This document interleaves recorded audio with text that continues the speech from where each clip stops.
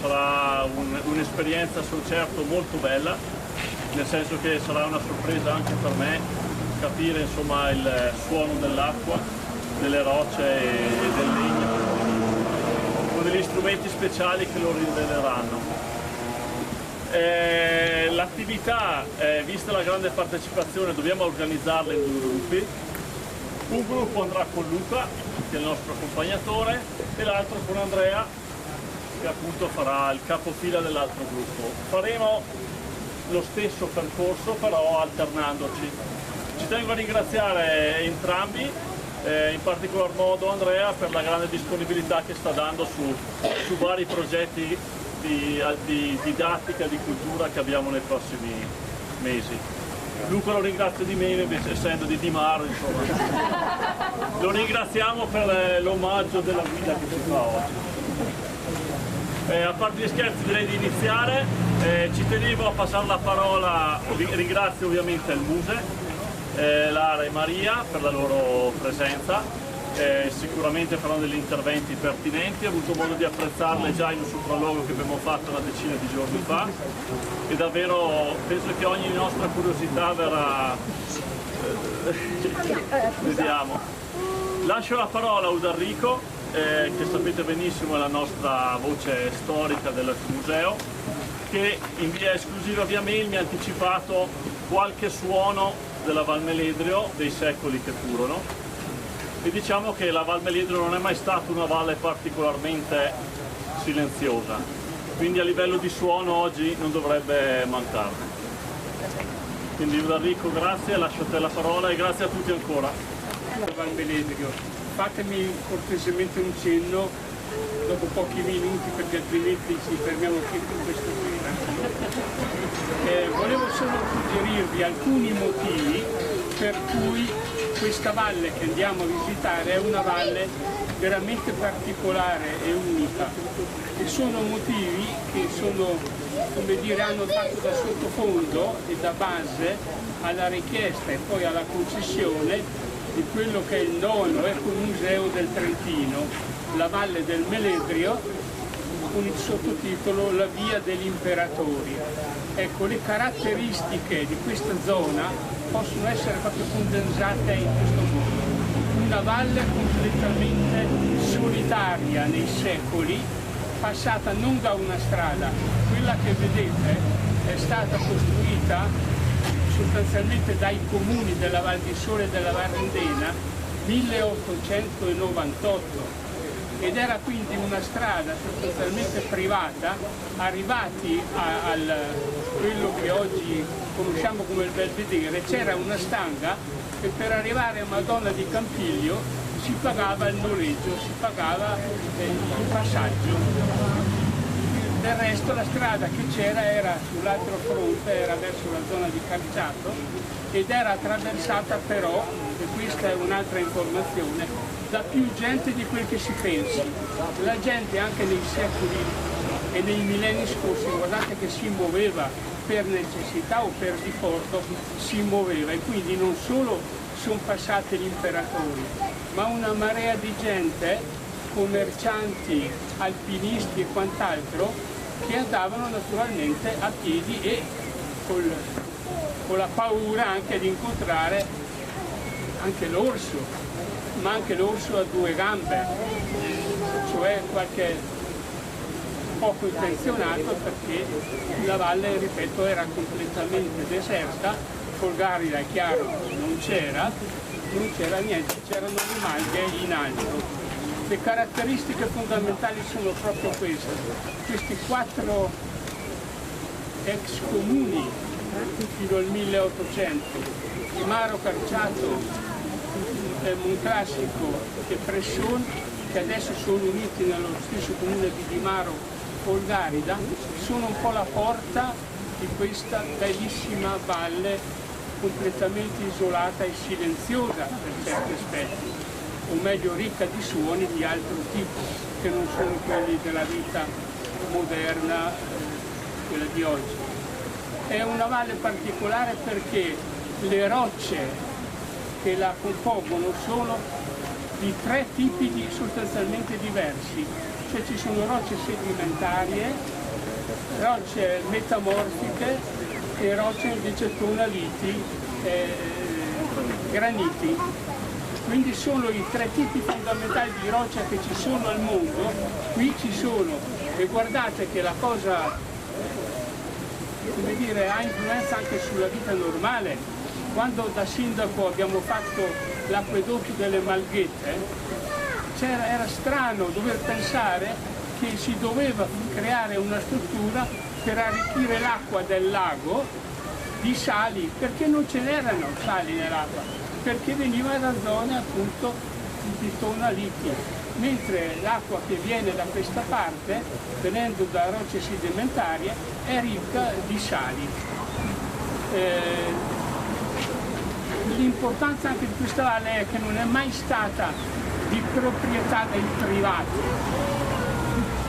Adesso Folgarida sì, e anche qualcos'altro, ma fino al 1900 io l'ho definita in un libro che spero prima o poi di pubblicare sulla valle, era una valle in condominio, cioè c'erano i comuni che con varie quote erano posseditori e gestori dei beni che erano beni soprattutto forestali e agricoli, non c'era mica sostanzialmente altro, e quindi erano i comuni che attraverso le malghe, i pascoli e la legna gestivano questo bosco e in questo modo davano risposte ai problemi di vita della loro gente.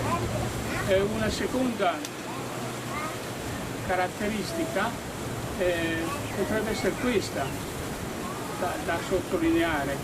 C'era dei presidi in questo lungo cammino che si faceva sostanzialmente a piedi, e i presidi erano uno a Madonna di Campiglio, Santa Maria di Campiglio, e uno era sul DOS di Santa Brigida, cioè c'erano delle strutture tenute da frati che davano riparo ai chi, dovendo mettersi a piedi in queste vallate, si trovava a volte in momenti di disagio.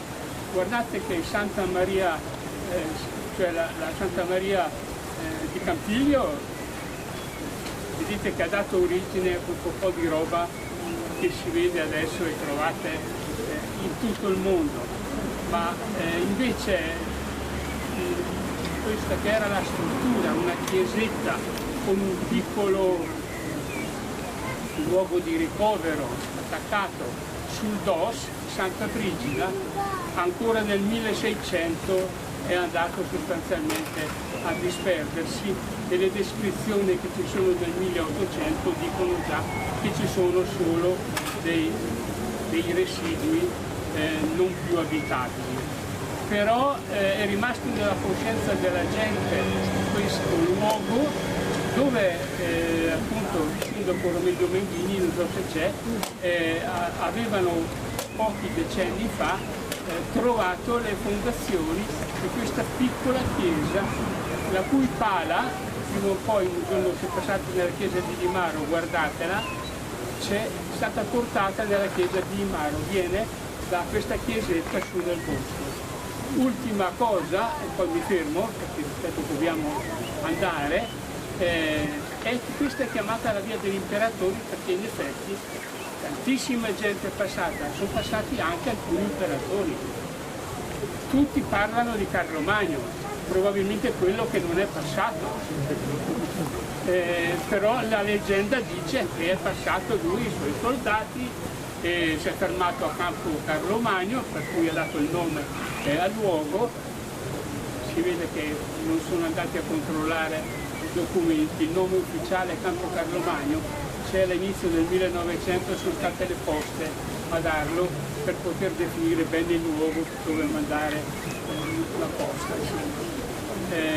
Però qualcuno sul serio è passato di questi imperatori, e quindi dopo Carlo Magno, che peraltro un segnale c'è, l'ha lasciato, ve lo dico perché a me sembra troppo importante, nella chiesa di Imaro c'è una stranissima figura di una mezza testa girata in su che guarda in alto invece che in basso, un affresco che dagli studi recenti dell'Università di Padova appartiene sicuramente alla tipologia descrittiva della pittura carolingia, e questa testa probabilmente era di una persona frescata su di una chiesa iniziale che nessuno ha trovato, abbattuta e poi ripresa e rimessa su, ma visto che non era, l'hanno girata perché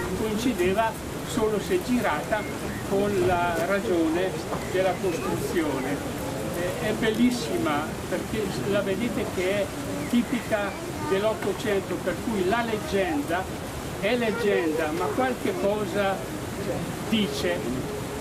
È passato poi, ed è passata per la gente, questo è il massimo, il Cieco Beppe, Francesco Giuseppe e la Sissi. E anche qui con la leggenda le abbiamo fatte di tutti i colori. In realtà sono passati in tempi diversi, cioè lo stesso anno, lo stesso luglio, ma a circa 10 giorni di distanza, perché erano già letti separati nella loro crisi. Sapete che insomma il mito è una cosa, la storia è un'altra. Sono passati, se la sono fatta a piedi col cavallo, fino a un certo punto dove si poteva andare con una carrozza, lì è andato dentro il carrozziere, l'ha portato l'imperatore, c'è la foto mentre sale su all'albergo Corona, lo vedete passando, al Corona, si è fermato, ha cambiato d'abito, ha fatto colazione, ha salutato la gente e se n'è andato a prendere il treno a mezzo Corona per tornare a Vienna. 10 giorni dopo è passata la Sissi, la quale ha fatto le stesse cose, si è fermata, si è cambiata, ha salutato la gente, ha lasciato la firma, ma mentre l'imperatore ha rispettato la regola che dice che nei suoi vari territori si parlava ognuno della sua lingua e ha fatto la sua firma in italiano, Francesco Giuseppe, la Sissi l'ha fatto da tedesca, da bavarese, si è scritta imperatrice Sissi in tedesco, Elisabeth. Vabbè, di per sé lei era passata ancora qualche anno prima, ma nessuno ne aveva saputo niente, ma è passato sicuramente di Maro, di ritorno da Campiglio dove andava a tirarsi su un po' una costa, che era un bel posto anche loro, l'anno di Mayerling, l'anno in cui suo figlio si era suicidato. Un altro imperatore è passato, sempre l'ultimo imperatore di casa d'Asburgo, 1917, era già morto Francesco Giuseppe, c'era Carletto I, è passato e ci sono varie fotografie che lo rappresentano mentre saluta i suoi soldati su qui vicino a Dimaro. Brutti momenti. Poi gli imperatori si sono persi di vista, salvo ricordare che c'è un altro imperatore, ma ne sono passati altri e non potete farvi l'elenco di tutti, c'è un altro imperatore, Napoleone, che a un certo punto, siamo nel 1800 circa, individua il Val del Meledrio, parla proprio del santuario di Santa Brigida e la Val di Sole come un confine in un contratto che va a fare fra il Regno d'Italia e i bavaresi e individua queste zone, quindi penso che sapesse di che cosa parlava, stava dichiarando delle finalità da conseguire sul proprio territorio dal punto di vista politico. Cosa sentiamo nella valle? Adesso nella valle ci sono tanti rumori, oggi ne sentiremo appunto alcuni. Io non sapendo che fare da buon pensionato, ho cercato se qualcuno mi sapeva indicare alcuni di questi suoni che aveva sentito passando, perché nei secoli, guardate che sono passate tantissima gente, qualcuno molto importante, c'è per esempio un alpinista inglese, Freshfield, importantissimo, che è passato e ha lasciato dei segnali. Io ve ne dico alcuni per farvi capire la ricchezza di questo territorio e poi andiamo a sentire quello che ci faranno sentire. 1819, una bellissima relazione di un signore tedesco, Guglielmo il doppio, non so l'iniziale si scrive lieve mormorio del Meledrio, però poi il Meledrio fa anche un salto di un monte, scaturito con orrendo fracasso da una rupe, ma questo è l'inizio del Meledrio, la sorgente, tutto rimbombo della cateratta, il fracasso orrendo incognito, che non si sa da dove viene, però c'è un fracasso orrendo, l'acqua, segnali, suoni dell'acqua. E Valdo scrive, non sto a spiegare chi sono, se pubblicherò con il libro, odi gli squilli del corno e latrati i cani, e fragor lieto e echeggiante di schioppettate. I cacciatori c'erano anche loro, anche se qualcuno di garba, che vita infonde ai silenzi di quelle altezze. Silenzi e vita infusa anche dalle schioppettate. Pressfield scrive che ha sentito una coppia di asini rumorosi e mise un raglio di benvenuto. Almeno era gli asini che vedava il benvenuto, adesso c'è più niente. E Gambillo 1880, qualche sega, i rumori degli uomini, guardate che era un distretto industriale sostanzialmente, qualche sega fa udire lontano il rumore dei suoi congegni mossi dalle acque del torrente. Nella boscaglia risuona l'accetta del boscaiolo, il fuoco brontola nel camino e la caldaia gorgoglia lentamente nelle malghe. Per le vaste malghe è un concerto di campanacci, di ogni timbro, agitati in cadenza dalle mute passenti, e di squilli e di fischi e di grida dei pastori che chiamano il gregge a raccolta. È un vocio confuso di belati e di muggiti che, ripetuto dagli echi, si perde nell'aere quieto. Ci fermeremo dentro. Una di quelle che mi pare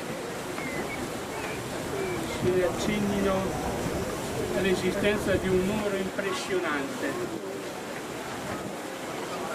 Abbiate pazienza.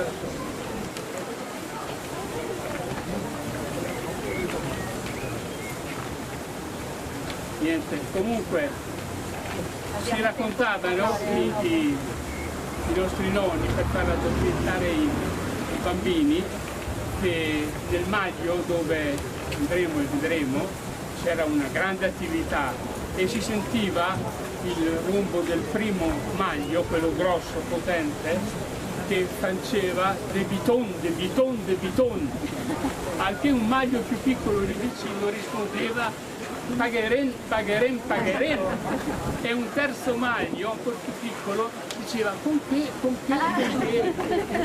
Quindi questo vi dice qualcosa dei suoni, ma vi dice anche della difficoltà che avevano allora di tirare a vivere nella vita. E adesso andiamo a vedere queste belle cose e a sentire. Grazie dal progetto Ecos, del quale appunto questa escursione fa parte.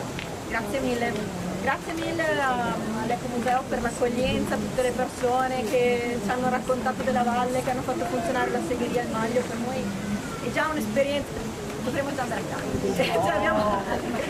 Abbiamo portato a casa veramente tanto anche solo da questi primi incontri. Allora, perché qui il Muse? Perché questa passeggiata è un po', diciamo, diversa dal solito. Come diceva il Presidente, questa è una passeggiata che fa parte di un progetto più ampio che coinvolge tutta la rete degli ecomusei del Trentino. In Trentino ci sono 9 ecomusei, quindi coinvolge praticamente tutto il Trentino con gli ecomusei come punti d'appoggio, diciamo, per portare sul territorio questo progetto. Il progetto si chiama Ecos, paesaggi sonori negli ecomusei. Durante la passeggiata, dopo che ci divideremo nei due gruppi, io e Maria vi racconteremo un po' meglio cos'è questo progetto sonoro, ma volevo solo spiegarvi un po' il senso del progetto. Allora, l'idea di base era quella di provare a descrivere i paesaggi sonori, quindi i suoni, come vengono percepiti nella vita di tutti i giorni dalle persone dei diversi ecomusei, perché sono tutti diversi, ovviamente, anche solo se ci spostiamo da qui a lì in realtà è diverso, e è importante iniziare a rendercene conto perché i suoni fanno tantissimo parte della nostra vita quotidiana. Non ce ne rendiamo conto perché siamo tutti molto più concentrati sulla vista, ma in realtà il nostro benessere psicofisico dipende tantissimo dal suono e dalla qualità del paesaggio sonoro. E per cui abbiamo iniziato con questo progetto a sperimentare questo nuovo modo di descrivere il paesaggio. Siamo partiti come con gli Ecomusei, abbiamo fatto un questionario, poi Sara vi distribuirà un segnalibro se qualcuno di voi vuole partecipare, perché il progetto è ancora aperto. E sul segnalibro trovate un QR code, lo inquadrate, entrate e ci sono pochissime domande, sono 5 domande in tutto a cui rispondere, più se volete fare qualche commento. E cosa si chiede nel questionario? In sostanza quali sono i suoni che secondo voi sono caratteristici del vostro territorio, e quelli che magari sentivate nel passato, come diceva Udarrico, giusto? Il signor Udarrico, il nostro storico di riferimento per tutta la giornata, mi sembra di capire, io sono archeologa, quindi quando sento parlare di queste cose divento matta. Per cui appunto abbiamo sentito che ce n'erano tanti suoni nel passato che magari adesso non ci sono più, non sentiamo più tanto. Ecco, a noi piacerebbe anche recuperare questi, perché il bando della Fondazione Cariplo che ha finanziato il progetto, tra l'altro si chiama Bando Memoria, quindi noi andiamo a recuperare anche quei suoni lì. E poi rimane un'ultima domanda aperta, che è: cosa vi piacerebbe sentire come suoni della valle in futuro? Perché il nostro scopo è anche quello di tutelare i paesaggi sonori che ci rendiamo conto che sono di qualità, che fanno star bene le persone, e pro futuro magari cercare di mantenerli. Ecco, questo è il senso generalissimo del progetto. Allora, perché cosa vogliamo fare oggi di un po' diverso? Nelle varie tappe che faremo lungo il nostro percorso faremo proprio dei momenti di ascolto. Poi vi spiegheremo come fare una cosa banalissima, semplicissima, è solo concentrarsi un attimo di più sui suoni invece che sulla vista. E vi abbiamo dato queste cartelline in cui, vedete, sono divise in 6 quadrati, ogni quadrato è una tappa, non so se le faremo tutte e 6, però per capirci ogni quadrato è una tappa in cui ci fermeremo e vi chiederemo semplicemente di provare ad ascoltare il paesaggio sonoro e chi vuole provare a rappresentarlo come volete, scrivendo con colori diversi, facendo un disegno, facendo delle linee, come volete. Non li raccogliamo alla fine, a meno che non vogliate darceli voi, è solo per voi, perché questo aiuta a fissare l'esperienza, quindi a ricordarci meglio di quei suoni che abbiamo ascoltato. Tutto qui, è una cosa molto semplice. Adesso direi che possiamo dividerci in 2 gruppi, poi approfondiremo questo tema e qui chiedo ai 2 accompagnatori di fare. Con Luca ci spostiamo qua. All'interno dell'antica signoria alla veneziana di Milano. Avete già affrontato aspetti storici, questa giornata è dedicata ai suoni della Valle Regio, sicuramente anche all'interno di una signoria ci sono suoni, frazioni e rumori. Ecco, uno dei rumori principali è sicuramente l'acqua, il movimento della sega, la vibrazione sulla struttura quando la serie vi limiterò a dirvi qualche notizia storica di questa struttura. Diciamo che le prime informazioni risalgono ai primi anni dell'800, quando sembra che ci sia stata già una serie di funzione. E una delle testimonianze storica è il carro. Potrebbe essere il carro originale di quella segheria attorno al 1820. Tutto il resto è stato rifatto nel 2013. L'amministrazione comunale ha deciso di dare la possibilità al visitatore di vedere come si lavorava il legname all'interno di una segheria. Quindi tutto quello che vedete è stato ricostruito nel 2013, però è stato ricostruito esattamente come era un tempo, altrimenti la segheria non potrebbe funzionare. Non potrebbe funzionare perché questa segheria funziona esclusivamente con la forza dell'acqua. Quindi, partendo dal canale che porta l'acqua dal torrente Mededio, a circa 600 metri da qui, sono delle chiuse e l'acqua arriva al canale di legno, posto all'inizio della segheria.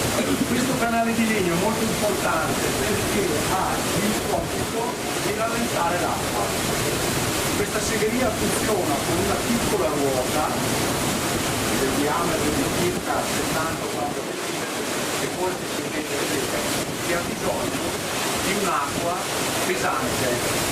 L'acqua che scende sulla ruota non deve contenere aria, non deve contenere bolle, e per quello che lungo il canale un po' l'acqua rallenta, quando scende sulla cascata ha il massimo della forza. Stiamo parlando dai 60 agli 80 litri al secondo, quindi ogni secondo il giro di ruota cade sulla ruota questa dai 60 agli 80 kg per farla girare. Avete visto che sul carro è già stato posizionato un corpo che è già stato pulito delle cose alla corteccia, viene pulito per evitare che possa provocare danni alla lama. Tutto quello che vedete è costruito in legno di lamice, tutta la struttura che vedete principalmente di legno è costruita con legno di lamice. Ci sono alcuni pezzi di ferro che la tengono insieme, qualche bullone, però sostanzialmente tutta la struttura è tutta insieme da un legno di legno. Quindi ogni volta che si accende bisogna sistemare prima i pulley, verificare che tutto funzioni, e a volte sono anche dei problemi. Voi vedete benissimo che il pavimento è in pendenza. Il pavimento è in pendenza perché quando il carro o il tronco sopra arriva in alto dobbiamo farlo tornare indietro a mano. Su un pavimento pianeggiante sarebbe molto difficile, invece essendo un po' in pendenza, con una leggera spinta il carro torna indietro. Come è fissato il tronco sulla segreteria? Attraverso questa taglia di legno e dei pulley. Poi ci sono degli spessori che vedete, costituendo questi spessori possiamo definire la larghezza della tavola che vogliamo andare a tagliare. Possiamo farlo da 2 cm, 3 cm, semplicemente sostituendo questo. Un tempo la segreteria funzionava 24 ore su 24, funzionava anche d'inverno quando la portate nel corrente o per le piede. Quindi gli operatori erano qua anche d'inverno. Allora, intanto che la sega funzionava, si riparavano per una sorta di segina, e il segnale per farvi uscire da rispettare era il suono di una campanella. Se voi vi fermate a vedere tutto il taglio, a un certo punto sentirete che la campanella suona, e quello è il segnale che indica che il taglio è giunto quasi alla fine. Ecco, io adesso lascerei la parola alla signorina che mi spiega i suoni e poi proviamo a mettere in modo la segreteria. Ascoltare un paesaggio sonoro passato, ora siamo ma perché qualcuno che ha voluto cucinarlo per una distribuzione, perché un paesaggio sonoro caratteristico della pavimento, ma si riporta ai paesaggi sonori di passato di cui si parlava prima. Quindi è un'occasione anche di fare un salto. I suoni hanno un'enorme capacità rispetto alle immagini di riportarsi alla memoria dei suoni. È il motivo per cui anche si dice la canzone quando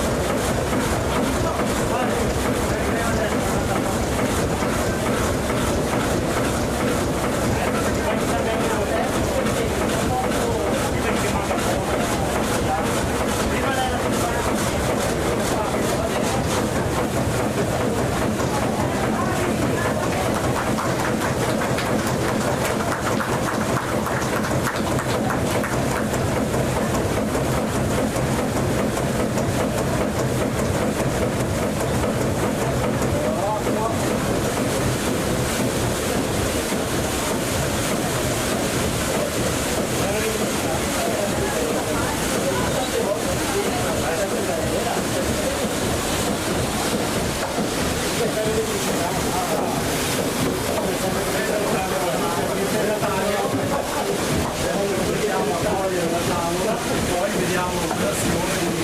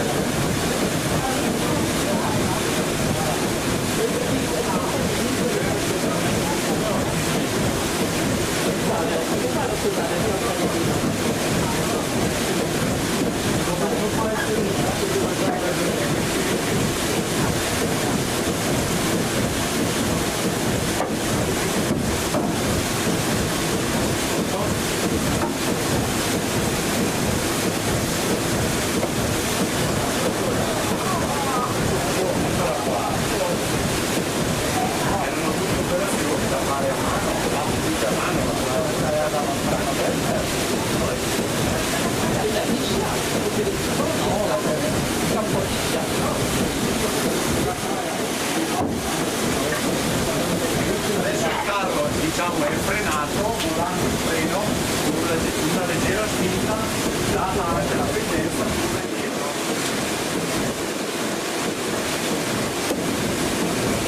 Ma basta appena, ma le due,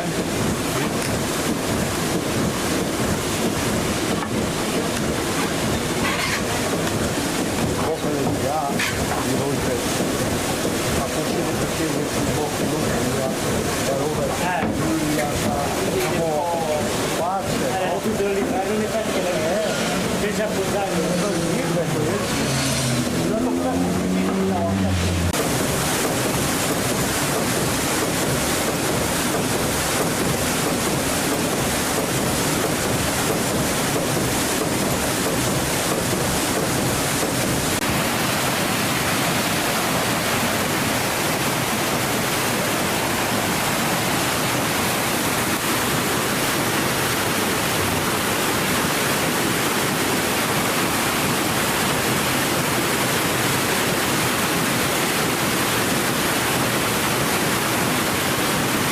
abbastanza forte, che era quella della segheria veneziana, ad altre tipologie di suoni un po' più attutiti, no? Che tipi di suoni sentite adesso? Strada.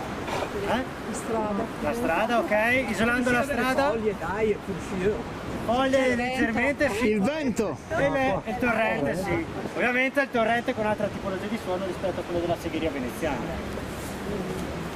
E quindi siamo passati dai suoni che portavano alla produzione del legname a suo tempo, ma a dire il vero nella Val Menedrio non era l'unica fonte il legname, ma c'era anche la trementina. Sapete cos'è la trementina? Larga. Larga in dialetto. La trementina, e quindi è diciamo la resina dell'arice, è quindi un prodotto che viene estratto attraverso con degli strumenti da parte del largaiol, la persona che faceva questo tipo di estrazione.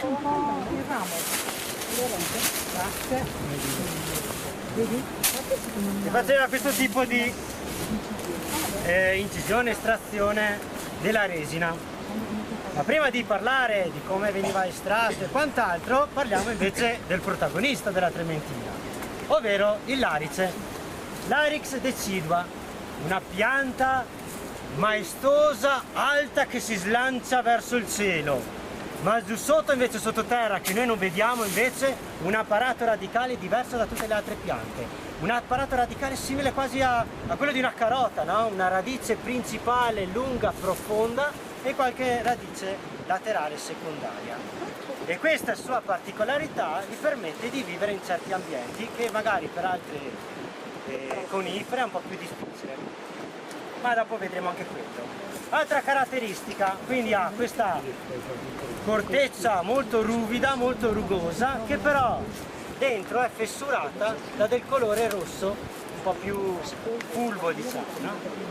Ma poi un'altra caratteristica diversa dalle altre conifere, oltre alla chioma, la chioma è rada, è molto rada. Qua, siete mai stati in un bosco di larici? un bosco di larici voi... Mission Campei che abitavi là dentro. Il sole ci arriva dentro, è anche quasi un bel bosco, tutto bello soleggiato, con una leggera ombra e così. Se entrate dentro invece in una pezzetta, ovvero in un bosco di pezzo abete rosso, invece è molto più scuro, molto più ombroso. Quindi questa sua chioma è molto rada e di colore verde, verde chiaro. Infatti voi se vi girate potete riconoscerlo facilmente, questo verde chiaro che è l'arice, dal verde un po' più scuro che invece è l'abete rosso o altre conifere. E un'altra sua particolarità è che questa è l'unica conifera, ovvero le conifere sono le piante, quelle che fanno sono le pigne, i coni. È l'unica conifera che perde le foglie in autunno e in primavera ritorna di nuovo a crearle. E infatti in autunno i boschi di larice si tingono di un bellissimo giallo mischiato al verde, sempre verde, degli abeti rossi e altre specie, e diventa ovviamente un tripudio di colori. Ma perché le perde? Perde queste foglie perché è una pianta, diciamo, che può spingersi anche molto più in alto rispetto alle altre specie, rispetto all'abete rosso. E molto più in alto cosa vuol dire? Vuol dire che d'inverno il suolo è gelato. Il suolo gelato e quindi farebbe fatica ad assorbire acqua, nonostante comunque abbia un apparato molto profondo. Allora, di conseguenza l'arice, verso la propria evoluzione, ha ritenuto fosse più giusto perdere le foglie, non fare fotosintesi clorofilliana durante l'inverno, ma in questo modo almeno tutelarsi dalla disidratazione, perché ovviamente le foglie ci sono tutte, ovviamente hanno uno scambio di aria con l'esterno, ok? Quindi c'è lo scambio, un po' butta fuori un po' di acqua, un po' assorbe di aria. Ci sono gli stomi, una specie di cancelli che si aprono, c'è questo scambio. Cos'è il problema? All'inverno ovviamente esce fuori l'acqua, ma fanno fatica ad assorbire e di conseguenza può portare alla disidratazione. Dopo, ovviamente, attraverso l'apparato radicale molto profondo arriva anche a una certa profondità dove ovviamente non è che scende sotto zero, ecco, la temperatura sotto terra in inverno, però l'arice ha ritenuto di fare una evoluzione del genere. Ovviamente dall'altra parte però durante la primavera ovviamente ha bisogno di un po' di acqua e di energie, perché ovviamente a differenza degli abeti rossi che hanno già le foglie, sono già pronte a fare fotosintesi, lui invece deve creare nuove foglie. Ecco, allora il legname, il legno, lo sapete riconoscere il legno? L'avete mai visto? Perché mi dà spocca. Rosso. Perché mi dà spocca. L'abbiamo visto tagliare poco fa, infatti, quindi è un legno molto rosso al centro, diciamo, e ai lati un po' più chiaro, cosa che invece l'abete rosso è in gran parte, diciamo, uniformemente abbastanza chiaro. E dopo dai anelli si guarda quanti anni che il ga. Quello sì, ma come tutte le piante. Adesso vi vado a dire un po' la particolarità, adesso vediamo le particolarità dell'arice. Quello che poi vi dicevo delle radici che sono molto profonde, questo gli permette di essere una specie pioniera. Pioniera, eliofila, sono delle caratteristiche. Cosa vuol dire? Vuol dire eliofila, vuol dire che ama il sole. Ci sono le specie eliofile e le specie sciaffile. L'abete rosso è una specie sciaffila, vuol dire che tollera l'ombra. Invece le eliofile invece non riescono a tollerare un po' di meno, hanno una tolleranza minore. E pioniera cosa vuol dire? Vuol dire che è una specie che va a colonizzare ambienti dove magari non ci sono le altre, non c'è il bosco, quindi magari può essere tra quelle specie che colonizzano un ambiente. Infestante. Non è infestante. Diciamo che fa parte della colonizzazione del bosco, perché qua da noi, a differenza in altre parti del mondo, qua da noi i prati, i pascoli tendono a essere colonizzati dal bosco, tendono quasi a chiudersi. Quindi quasi è un male, diciamo, ecco, no? Invece da altre parti dove invece la diversa gestione forestale è diversa. Quindi ecco, allora diciamo che quindi riesce a colonizzare anche i canaloni di valanga, dove le altre specie magari fanno fatica, allora lui va, diciamo quasi prepara per gli altri che poi verranno. Qua però in fondovalle li troviamo perché? Perché a dire il vero sono dei testimoni. Loro, con la loro presenza, ci testimoniano che qua una volta non c'era il bosco, qua una volta c'era il pascolo. Allora abbiamo detto che aveva una chioma rada, quindi sotto l'erba più o meno cresceva. Oltretutto faceva da ombra. Quindi ovviamente qua si parla di un periodo in cui il pascolo era la cosa più importante che poteva avere una comunità, oltre al legname, ma quasi era più importante quasi il pascolo, fare il formaggio e quant'altro, quasi del legname, anche se il legname aveva la sua importanza. E quindi avere delle piante che facevano ombra al bestiame ma sotto permettevano l'erba, invece dall'altra parte l'abete rosso era invece l'opposto, una pianta che dopo faceva tabula rasa sotto, quindi veniva continuamente tagliata. Quindi diciamo più o meno che il larice veniva lasciato, ovviamente non così fitto ma un po' più largo, un po' più diciamo distribuito, un po' più largo, mentre l'abete rosso e tutte le altre specie invece venivano tagliate. E allora lui, col fatto che li vediamo in giro, ci dimostra questo, che qua una volta era tutto così. Bene, allora veniamo al prodotto, a quello che è capace di dare il larice. Allora, il larice è una pianta che dura, è una pianta, un legno molto duro e durevole, infatti veniva usato una volta ad esempio per fare le scandole, no? Per i masi. Per i masi infatti, quindi ad esempio il classico del tetto delle scandole, quindi invece non c'erano le tegole, che era le scandole sono una specie di tavolette meno rettangolari, un po' fine, fatte anche lì con i suoi strumenti e quant'altro. Venivano fatte queste tavolette che venivano poi appoggiate sopra il telaio del tetto e ovviamente ogni tot dovevano essere sostituite, però col fatto che comunque era un legno molto durevole riusciva a tenere a riparo le malghe, le case e quant'altro, ma poi anche travi e quant'altro, insomma, quindi era un legno soprattutto usato per gli esterni, ecco, no? Ma a parte questo veniva utilizzato proprio per l'estrazione della trementina. Perché? Perché il larice, proprio per questa sua particolarità di vivere in ambienti anche un po' difficili per le altre specie e quant'altro, magari anche ha la tendenza a produrre un po' più di resina rispetto alle altre specie, proprio per proteggerlo da agenti esterni, ferite e quant'altro. Quindi cosa succede? Succede che c'è l'argaiol, la persona, che estrae la trementina e come avviene? Avviene attraverso una specie di trivella che perfora la pianta alla base e poi da questa, poi mette in diverso imbuto e quant'altro, raccoglie questa specie di resina. Profondità?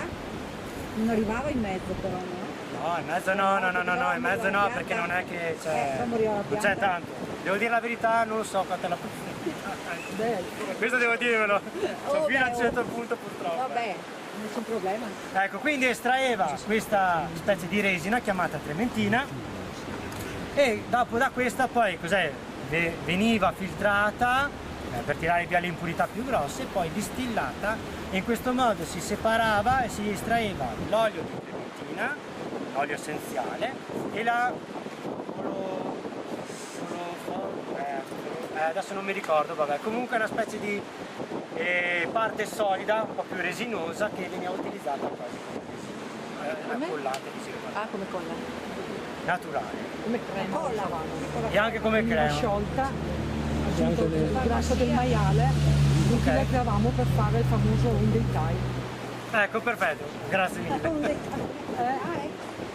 Sì, perché poi bisognava avere, non tutti potevano andare a raccogliere la trementina. No, anche lì poi c'è una regolarizzazione. Allora, al giorno d'oggi c'è un'unica persona che la fa, in tutto il Trentino, che tra l'altro è una persona qua della Val di Sole, che ancora la fa, infatti questi qua sono tappi, diciamo, recenti.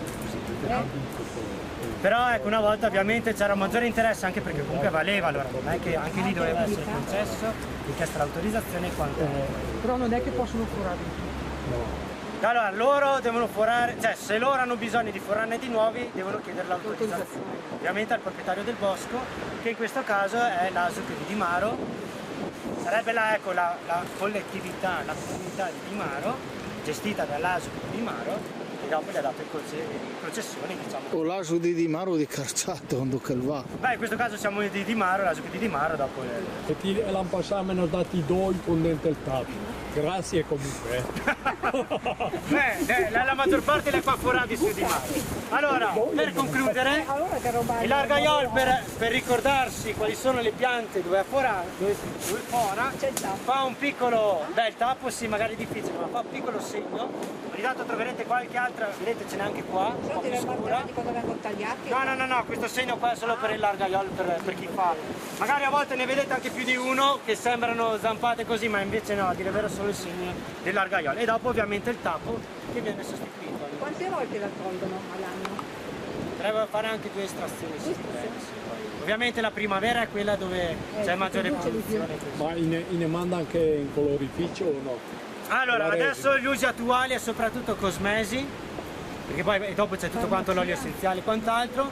Dopo viene utilizzato come solvente anche nel restauro artistico, perché ovviamente cercano di avvicinarsi il più possibile alla storicità, e viene anche utilizzato anche per i violini. Dopo non a livello industriale, ma qualche artigiano particolare ancora lo fa come veniva fatto nel corso. Quindi come impermeabilizzante e quant'altro. Invece che utilizzare la parte chimica, utilizzano la trementina. Ecco, diciamo questa è più o meno adesso il suo scopo, soprattutto in ambito farmaceutico. Bene. Grazie mille. E non c'è più. Quindi anche un paesaggio sonoro che io stavo immaginando come deve essere il suono di questo che entra dentro, che magari una volta era un suono molto comune da queste parti, adesso ce ne siamo persi.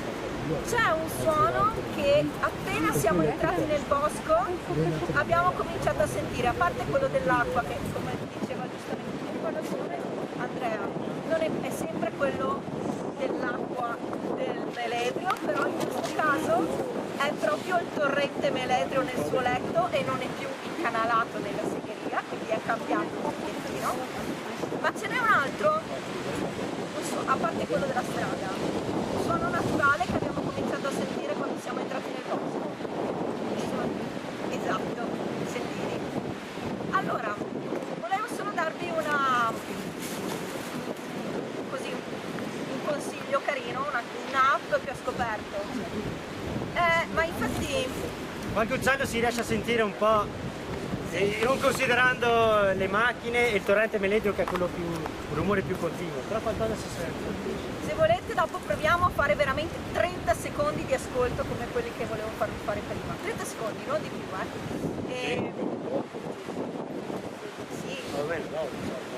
Anche qui, secondo me qui potrebbe non essere male, perché ci sono tanti suoni diversi. A noi il paesaggio sonoro non è il paesaggio da cartolina, cioè perché c'è anche il paesaggio sonoro da cartolina che ci immaginiamo con solo un po' di silenzio, che poi il silenzio vero, se ci pensate, non esiste perché non c'è mai, gli uccellini, il vento e basta, ma il paesaggio sonoro vero in cui abitiamo e a cui dobbiamo cominciare a far caso per capire che cosa ci fa star bene e che cosa no, è quello reale, cioè in cui c'è anche il traffico, ci sono le macchine, ci sono gli aerei, e a noi interessava anche farvi sentire questo oggi, ok? Ma vi parlavo degli uccelli anche per un altro motivo, perché c'è un'app, se volete potete scaricarla anche ora se prende bene il telefono. Non è di solito consigliato utilizzare lo smartphone in queste situazioni, però ci sono delle app che in realtà ci aiutano a conoscere il paesaggio sonoro che abbiamo intorno, e quindi se usato bene secondo me si può fare. Questa app si chiama Merlin, la trovate facilmente in tutti gli store delle app, ha un disegnino di un uccellino bianco e nero, ed è un progetto, si chiama di Citizen Science, cioè di scienza costruita dai cittadini. Alcune università, soprattutto università inglesi che si occupano proprio di avifauna, quindi dello studio degli uccelli, l'hanno costruita per far riconoscere in automatico il canto degli uccelli. Quindi voi la attivate banalmente così, cioè registra. Io l'ho fatto prima, mi sono messa un po' da parte perché trovare un po' più di silenzio, e ho beccato un uccellino che in inglese si chiama Chiff Chaff. Viene in mente cosa potrebbe essere? C'è qualcuno che conosce un po' i canti degli uccelli? C'è un uccellino, fateci caso perché lo sentirete probabilmente anche dopo, che fa proprio Chiff Chaff, quindi il nome in inglese è onomatopeico. In italiano si chiama Lui Piccolo, Si chiama? Piccolino, proprio Si chiama piccolino, verdolino Lui molto Piccolo, carino. Lui Piccolo. E l'app lo riconosce subito, quindi se volete adesso nei prossimi giorni scaricarlo è carino perché non solo vi fa riconoscere gli uccelli che avete attorno e quindi potete immaginarvi di avere questi uccellini che a volte sono bellissimi e di solito non riuscite mai a vedere, ma anche perché un po' alla volta imparate a riconoscerli, imparate a riconoscere il canto. Perché man mano che lui ve le riconosce, dite ah guarda questo è quello che avevo sentito l'altra volta e quindi è carino perché può essere utile in questo senso. È un altro modo per essere un po' più consapevoli del paesaggio sonoro che abbiamo intorno, soprattutto quando è così piacevole al canto degli uccelli. Proviamo a fare 30 secondi? Mi seguite? È molto semplice, basta chiudere gli occhi, mettersi così. Nella vostra mappa, la vostra mappa è orientata con il nord in alto, ovviamente come le cartine, e così potete, se sentite dei suoni davanti o dietro di voi, potete anche disegnarvi nel punto giusto dove li avete sentiti. Ok? Allora, orecchie verso nord, chiudete gli occhi, 30 secondi.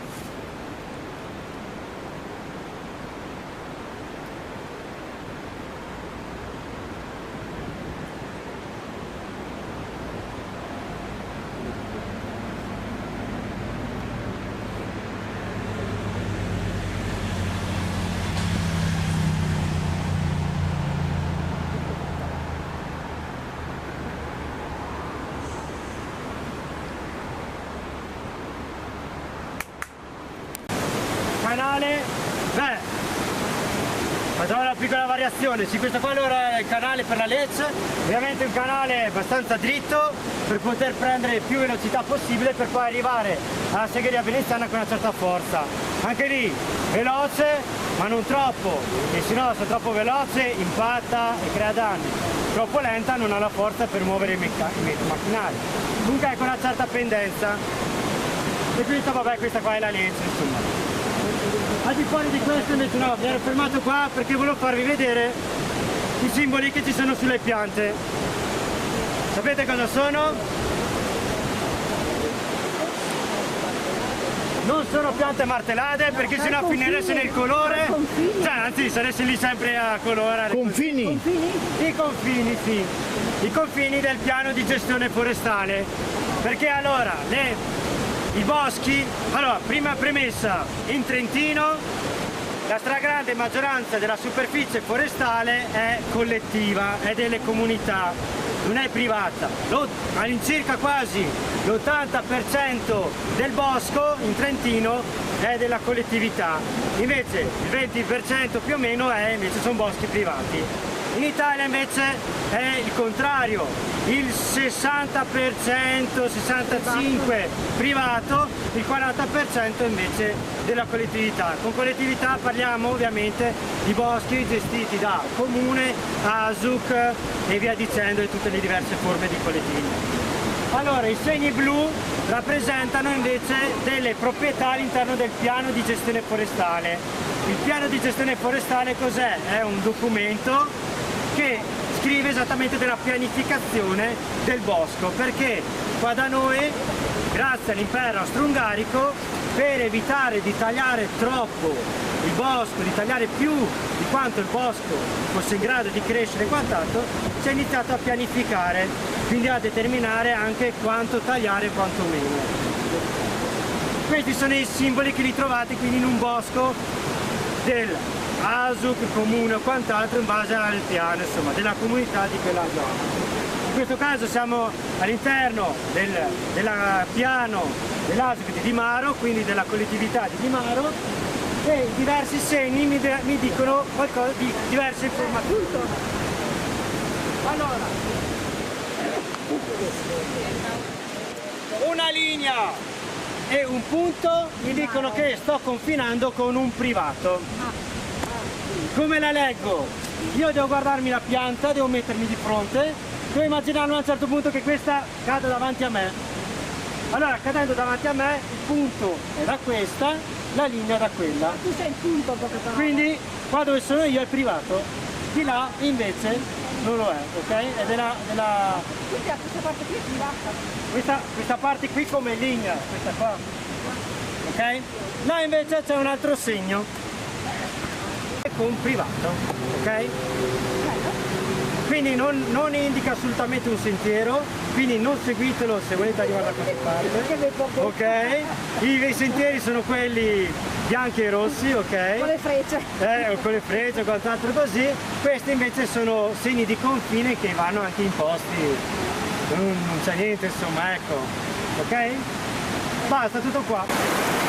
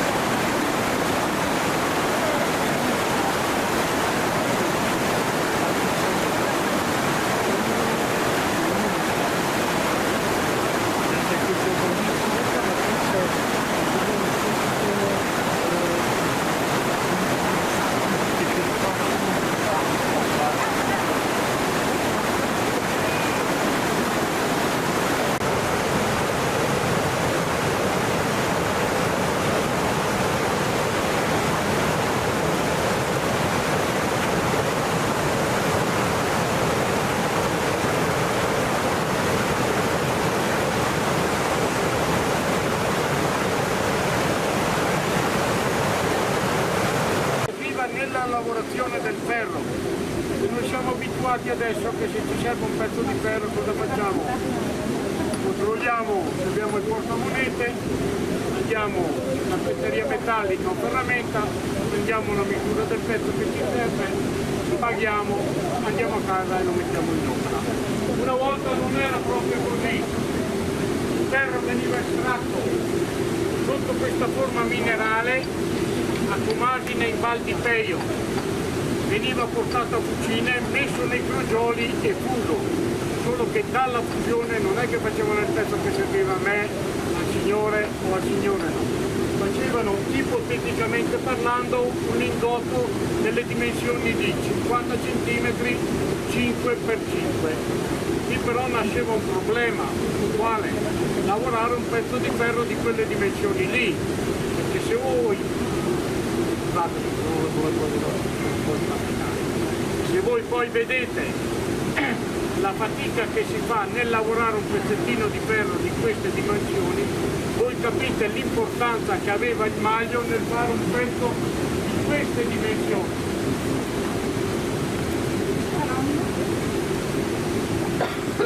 Qualcuno sa dirmi cos'è questo?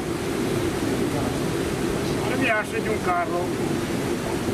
Naturalmente fatto col maglio perché è un lingotto unico, perché si poteva anche allora saltare il ferro, però non si poteva, diciamo, rischiare di fare una saldatura un asse così, no? Perché se ti trovavi nel bosco fuori e l'asse si rompeva non c'era il carro attrezzi, no? Era tutta salute farsela qui, no? Allora con un unico lingotto, naturalmente con diverse lavorazioni anche dopo, che stava sempre nell'abilità dell'artigiano a completare le lavorazioni.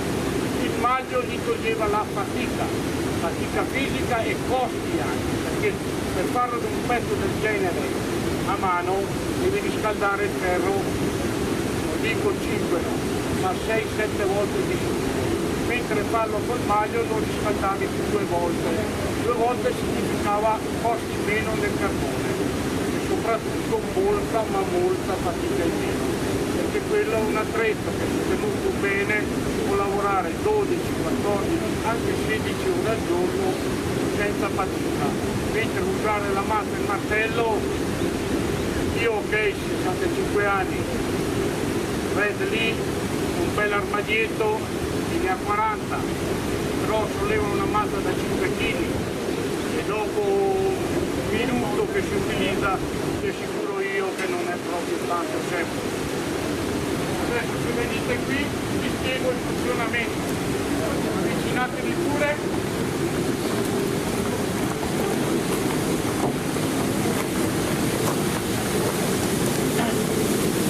Partiamo da quella canale lì che si chiama roggia, quella lì serve a noi ad avere sempre a disposizione una quantità d'acqua tale che al momento della richiesta di avviamento del maglio la quantità d'acqua più il dislivello di caduta generi una forza tale da poter avviare la ruota, di conseguenza l'albero, di conseguenza il treno.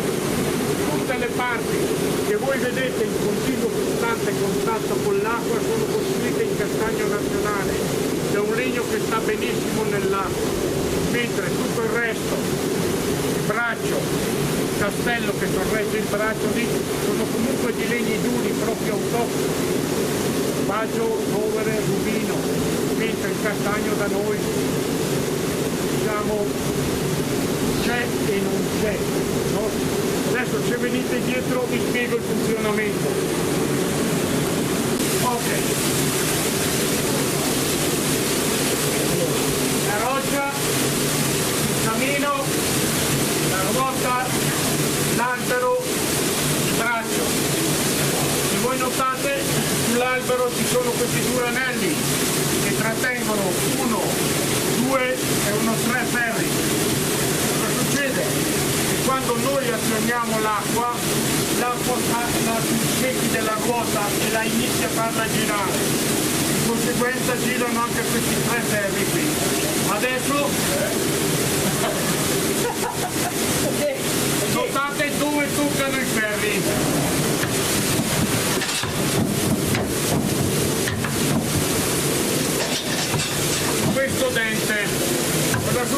il braccio essendo posizionato in un bilanciere, se io qui lo abbasso di conseguenza si alza. Però tutto questo non può giustificare la forza che ha questo maglio climata di 250-300 kg a battuta, perché noi avremo solo 2 metri di albero che fuoriescono dal pendolo, con 50 kg di testa d'asino attaccati sopra e si alzano per 10-15 cm. Cosa si sono inventati allora nel 500 per aumentare la forza del mare? Tenete conto del periodo, perché al giorno d'oggi per aumentare la forza di una macchina cambiamo centralina, 2 colpetti e mettiamo 40 cavalli in più. Allora non è che si poteva fare. È una cosa talmente semplice che non ci pensa nessuno. Vi lascio un attimino di tempo se volete per pensarci, ma scommetto che non me lo dite.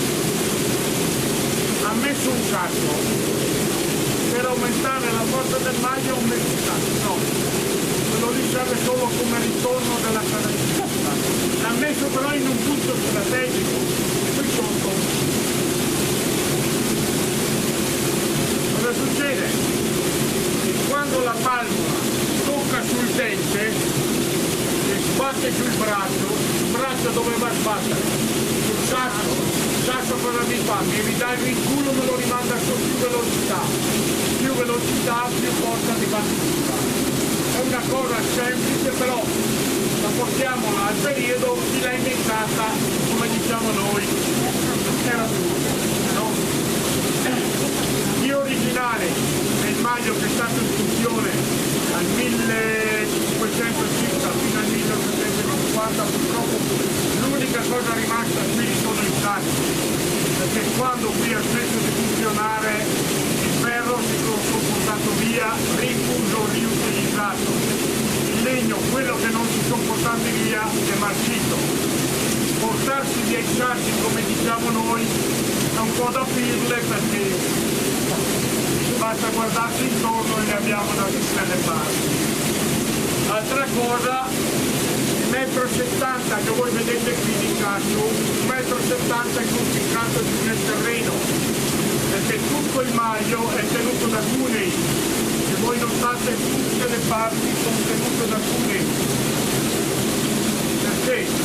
Non ci sono né viti né chiodi, perché irrigidirebbero la struttura. Il colpo che viene dato lì davanti, dove viene fatta la lavorazione, deve arrivare qui dietro all'albero il più sforzato possibile, perciò sempre legno contro legno, perché altrimenti al giorno d'oggi cambiare un pezzo di questo genere ci vogliono 21 o 22 mila euro, ci vogliono, perché bisogna prenderlo, buttare tutto e rimontarlo.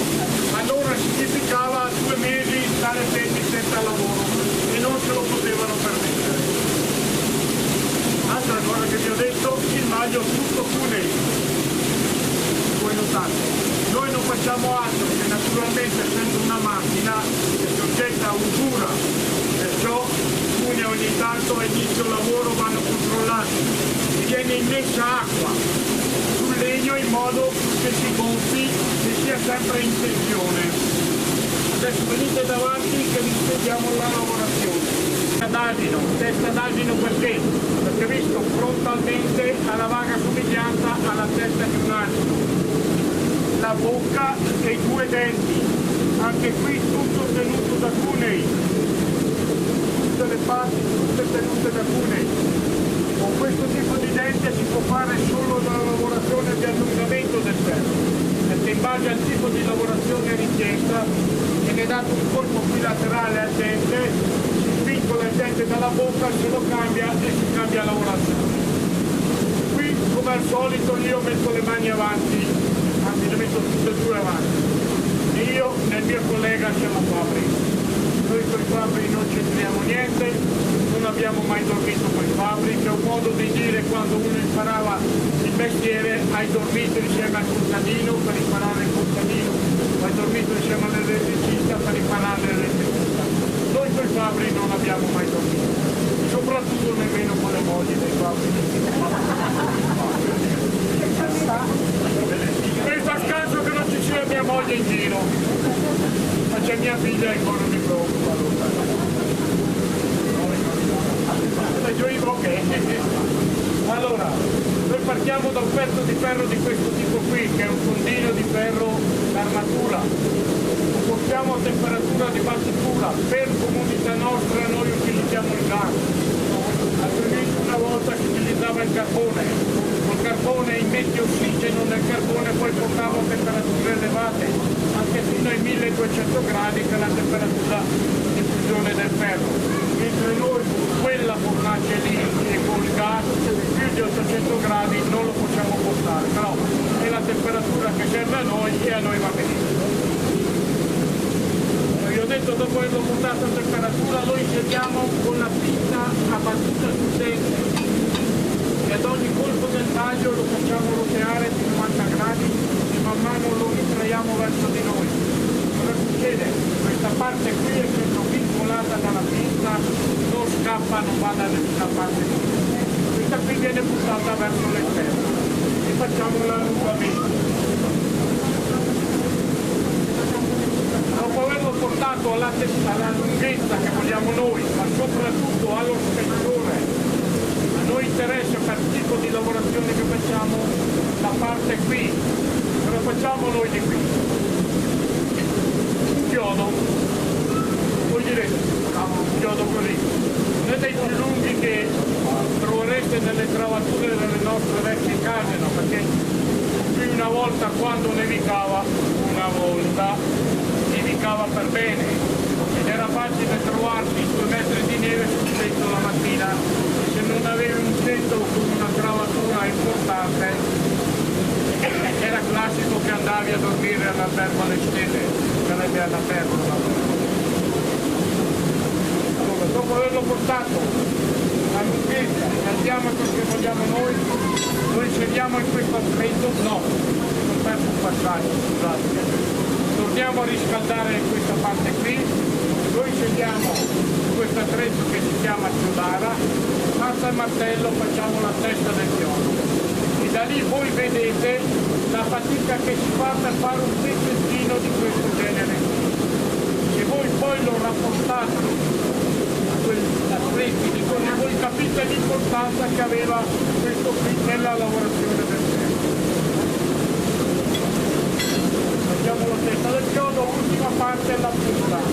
Non possiamo farla col maglia perché esercitando la forza che vi ho detto, 250-300 kg a battuta, vibrerebbe il ferro. Non riusciamo a farla. Allora lo facciamo col martello, però utilizzando sempre lo stesso principio di battere e allungare, battere e allungare. Adesso signori devo chiedervi di mettervi un po' all'esterno, un po' rimanere.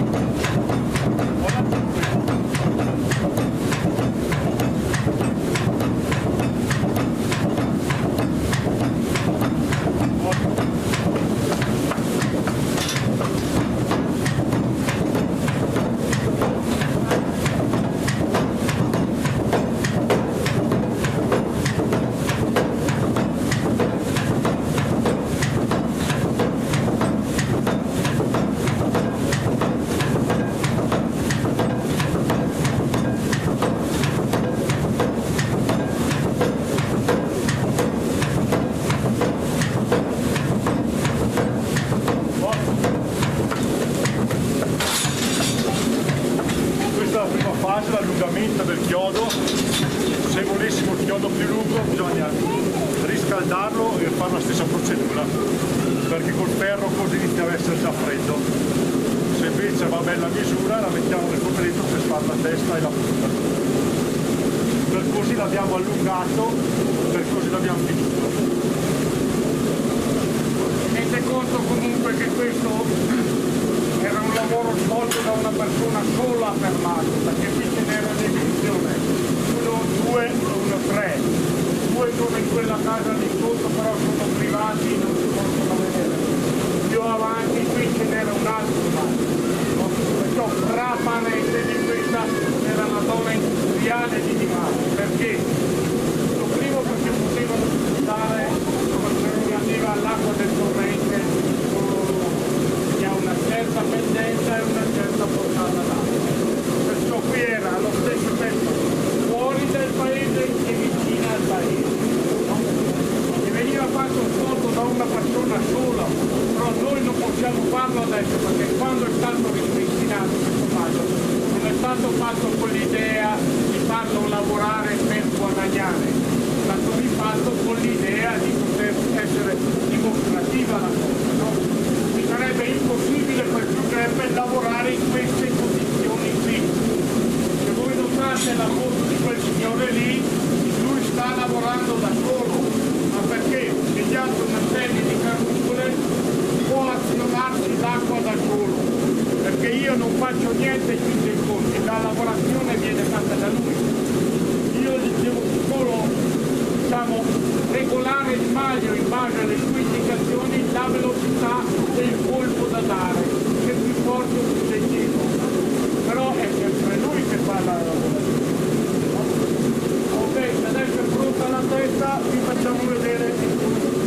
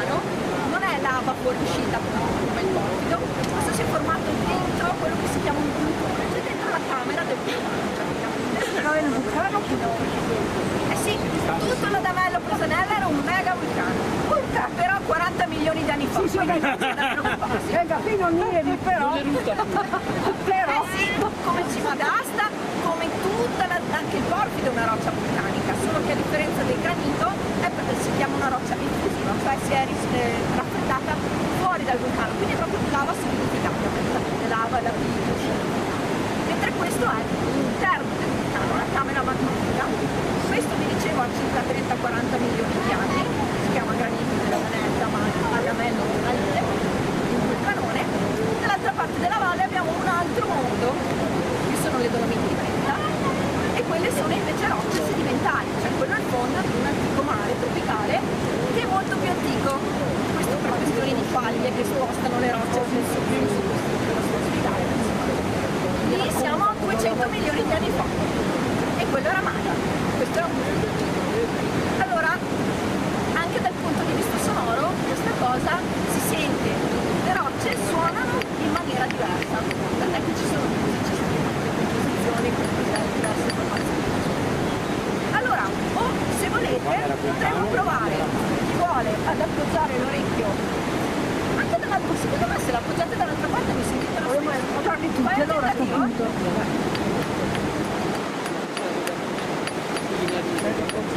Sente?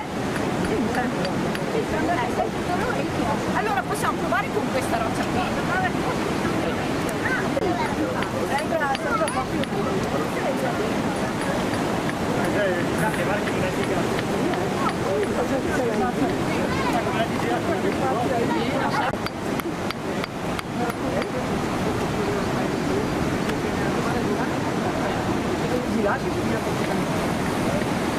Viene a sentire.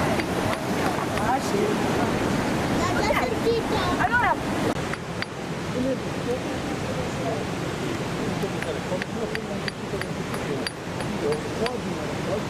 è un po' più acuto questo suono qua, direte voi.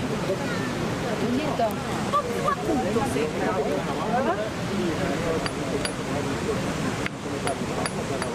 È un po' più squillante? O no?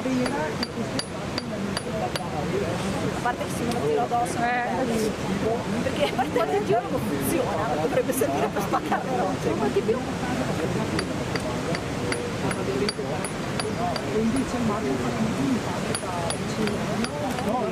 L'altro era molto più diretta. Si sentiva meglio? Ok, per il mio caso. Più cupo, ok.